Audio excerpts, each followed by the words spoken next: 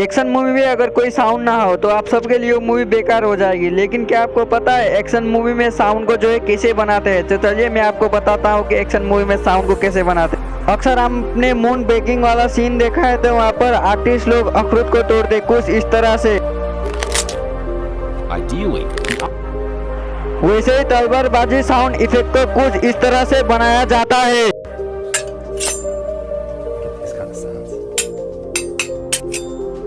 और बता दे कि पंच मारने के लिए वो लोग क्या करते हैं, तो वो लोग मांस पर जो है मुक्के मारते हैं कुछ इस तरह।